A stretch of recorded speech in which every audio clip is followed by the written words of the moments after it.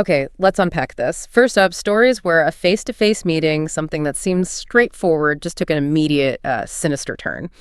Our first one is about Alyssa. She's 25, living near Dayton, Ohio, just trying to sell her old car, a 2008 Toyota Corolla, on Craigslist. Her friend Daniel gave her good advice, meet in public, bring someone, trust your gut. Alyssa thought she was being careful, so after listing the car, she gets this message. 937 area code, same as hers, asking for her home address. She immediately said no.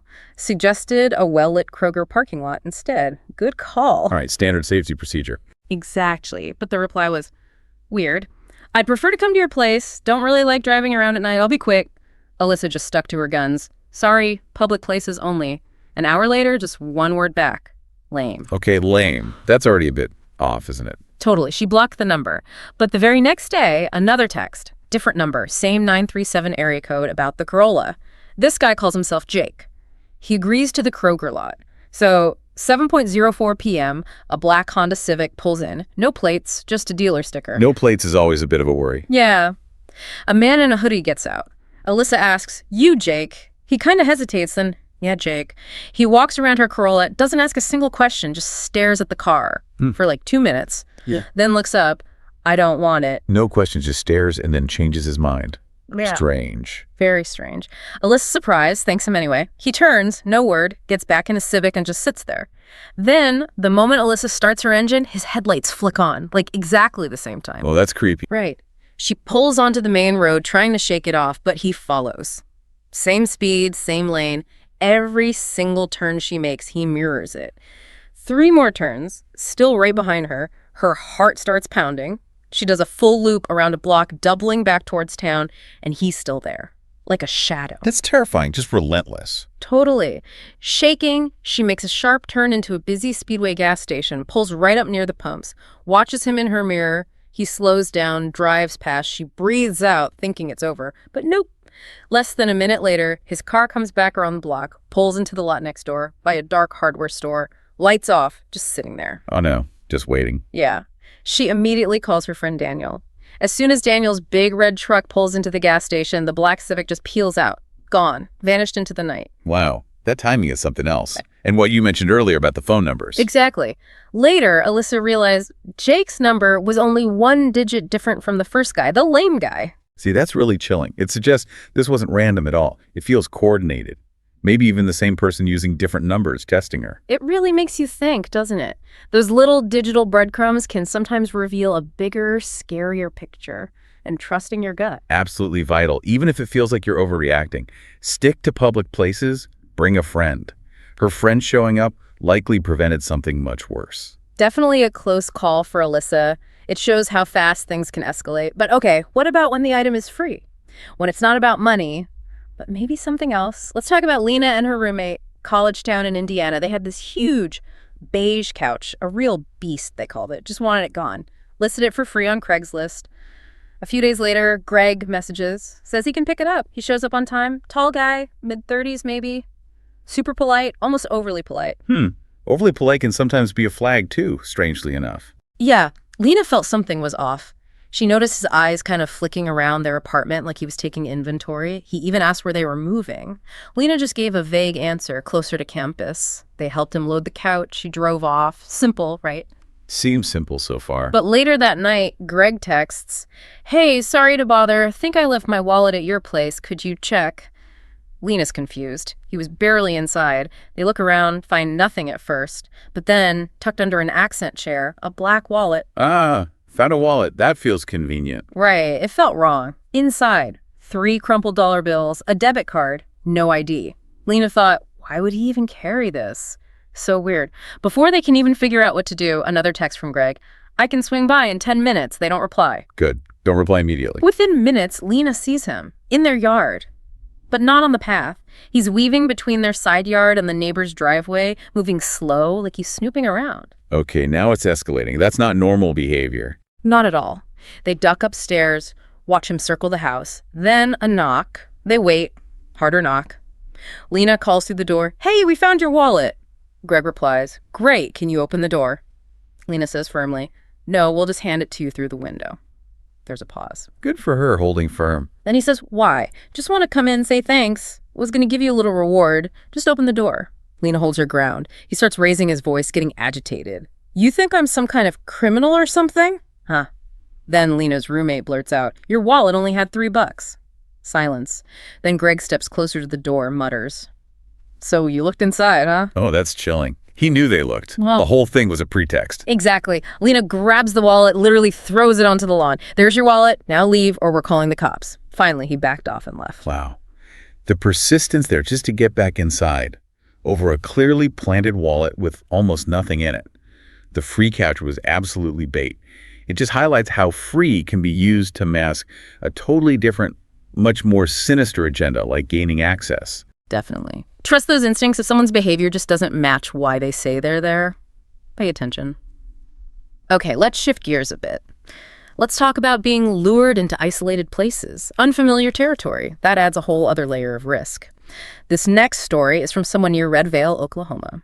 They were looking for a golf cart on Craigslist. Found one that looked great, a forest green club car.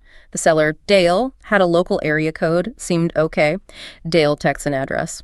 Mockingbird Hollow Lane. It's a dirt road, known for big wooded properties out there. Our narrator drives out. Didn't tell anyone where they were going, by the way. Halfway down the lane, cell service just drops. Uh-oh. Losing service in a remote area is never ideal. Yeah.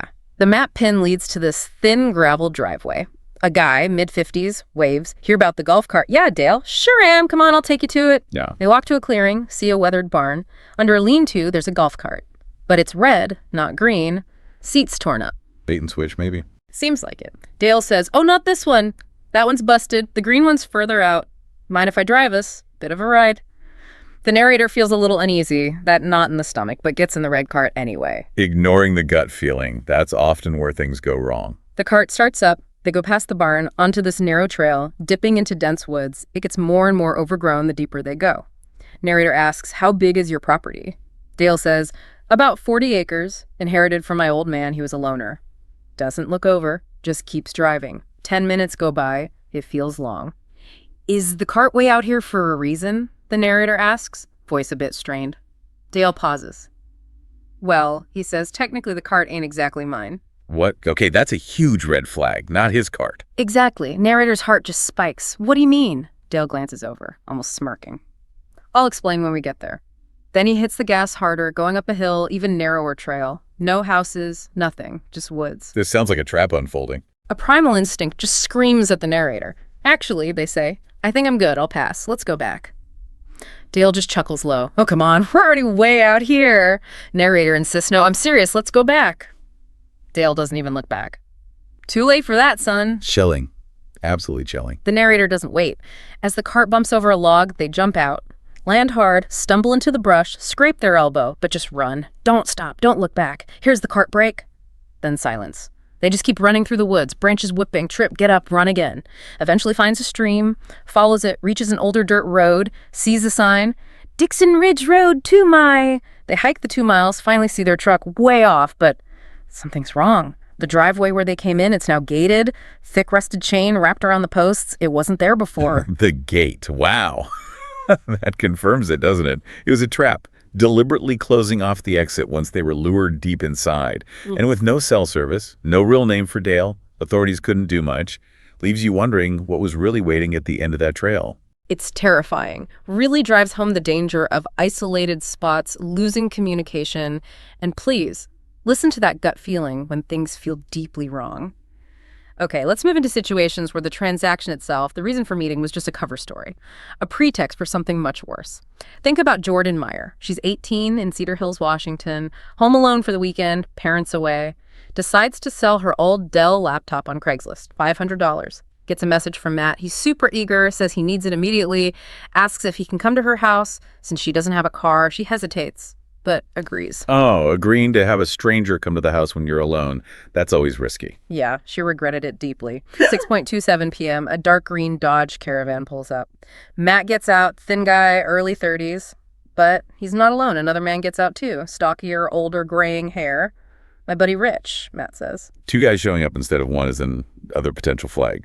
Changes the dynamic. Definitely. Jordan lets them in, puts the laptop on the kitchen table. Matt sits down to look at it. Rich, though, just leans against the wall, immediately asks to use the bathroom. Jordan points him to the first floor bathroom, but Rich is gone way too long. Then Jordan hears it.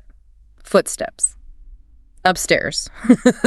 Not from the bathroom downstairs. Oh, no. Her heart sinks. The bathroom's on the first floor. She tries to sound casual. Hey, is your friend okay? Matt's whole demeanor changes. Eyes on the laptop, but his voice drops. Firm. Chilling. He's fine. Don't worry about it.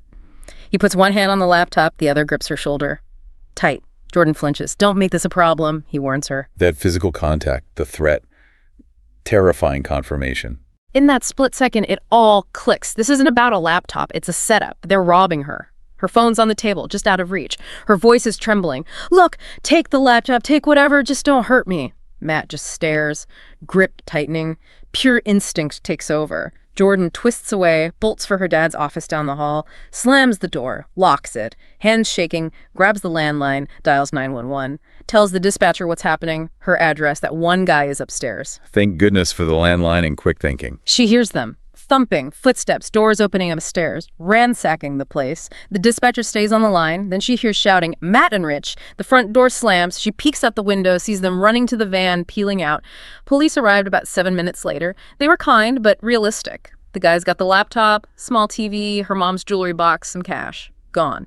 It's so clear the laptop was just the excuse, wasn't it? They weren't buyers. They were targeting a house where they knew or suspected a young person was home alone. Exploiting that vulnerability. It's a really stark reminder of how a simple sale can be twisted into something predatory, especially inviting people into your private space. Absolutely. Never underestimate the risk of letting strangers into your home, particularly if you're by yourself.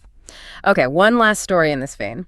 A duplex owner in Michigan. She's cleaning out a rental unit after tenants moved. Lots of leftover kids' toys, action figures, games. She lists the whole pile on Craigslist for just $20. Trying to get rid of it. After a few weeks, gets a message from Andy Doe's. Asks to come by, basic profile, she gives the address. Andy shows up. Old, rusty Ford F-150, middle-aged guy, sunglasses, ball cap pulled down low, moves kind of slowly, deliberately. The description already sounds a bit watchful. Yeah. The owner steps onto the porch. Here for the toys. He just raises a hand. Yeah. She unlocks the rental unit. They're in the living room. She says, I'll grab a bag. She walks in, expecting him to follow. Turns around. He's not inside. He's just standing in the doorway.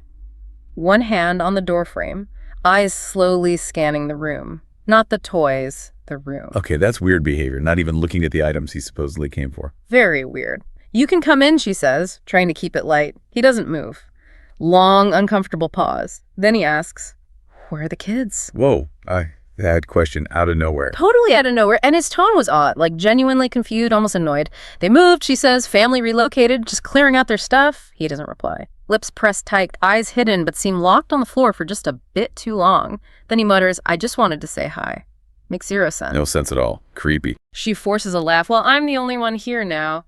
Still, he won't come inside. Do you still want the toys? $20 for the lot. His head tilts slightly, like he's listening to something else. Then, without another word, turns around, walks out.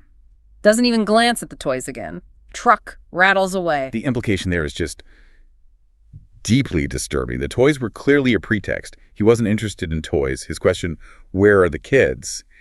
And his visible disappointment when told they moved. It strongly suggests he was scouting, looking for children. It's chilling, and it really drives home, again, trust your gut. When someone's actions just don't line up with why they say they're there, something is likely very wrong. Absolutely. So if we step back and look at all these stories, these varied experiences, there's definitely a pattern, right? It's this exploitation of, well, basic human needs or vulnerabilities, needing money, needing to sell something, needing a place to live, wanting a deal, even just wanting to be helpful by giving something away for free. These seem to be the openings that people with bad intentions look for. Yeah, that seems right. And what's really striking across the board is the presence of those red flags. Yeah. Those moments we talked about where things just felt off. That gut feeling. In hindsight, they were almost always clear warning signs, weren't they? Trusting that instinct, it's just paramount. It really is, listening to that inner voice. And it makes you think about the anonymity. Yeah. You know, platforms like Craigslist, they offer convenience, but that anonymity can also enable malicious intent pretty easily. And the use of pretexts, the lost wallet, the other golf cart, the laptop sale, the free toys, It's a common tactic to gain access, to get information, to manipulate the situation beyond just the simple transaction. Right, the stated reason isn't the real reason. Exactly. And thankfully, many of these stories about narrow escapes, the almost happens scenario, but that chilling realization of what could have happened, that sticks with people. It definitely does. So pulling all this together after this deep dive, what are the really practical things people should keep in mind? The key takeaways. Okay, first, always meet in well-lit public places. If you can, bring someone with you. Safety in numbers. Critical. Absolutely critical. Second, never invite strangers to your home, especially if you're alone. The risk is just too high, as we've seen. Third, tell someone your plans, where you're going, who you're meeting, roughly when you expect to be back. Let someone know. A simple text can make a huge difference. Fourth, verify. Verify everything you can. Phone numbers, maybe addresses if it's a service, identities if possible. Especially for big ticket items or housing rental scams are huge. Verify before sending money or meeting. Yes. Do your homework. Don't just trust the listing. Fifth, be super wary of deals that seem too good to be true. They often are. It could be bait for a scam or something worse. And finally, maybe most importantly, listen to your intuition, that gut feeling. If something feels off, it probably is. Don't dismiss it. It's okay to walk away. Trust yourself. It's better to be overly cautious than to regret ignoring that feeling. You know, reading these accounts, it's clear these encounters had a huge psychological impact. Many of these people said they'd just never use Craigslist or similar platforms again. The convenience, the potential deal. It just wasn't worth the risk they felt they'd face. That erosion of trust is significant. It really makes you think, doesn't it? In our modern connected world, that line between a simple online transaction and a genuinely dangerous encounter can be incredibly thin. And it poses a tough question. How much risk are we, collectively or individually, truly willing to take for the sake of convenience or chasing that bargain? Something to really mull over. A sobering thought to end on. Thank you for joining us on this deep dive into some of the hidden dangers that can lurk just beneath the surface of online marketplaces. Please stay safe out there.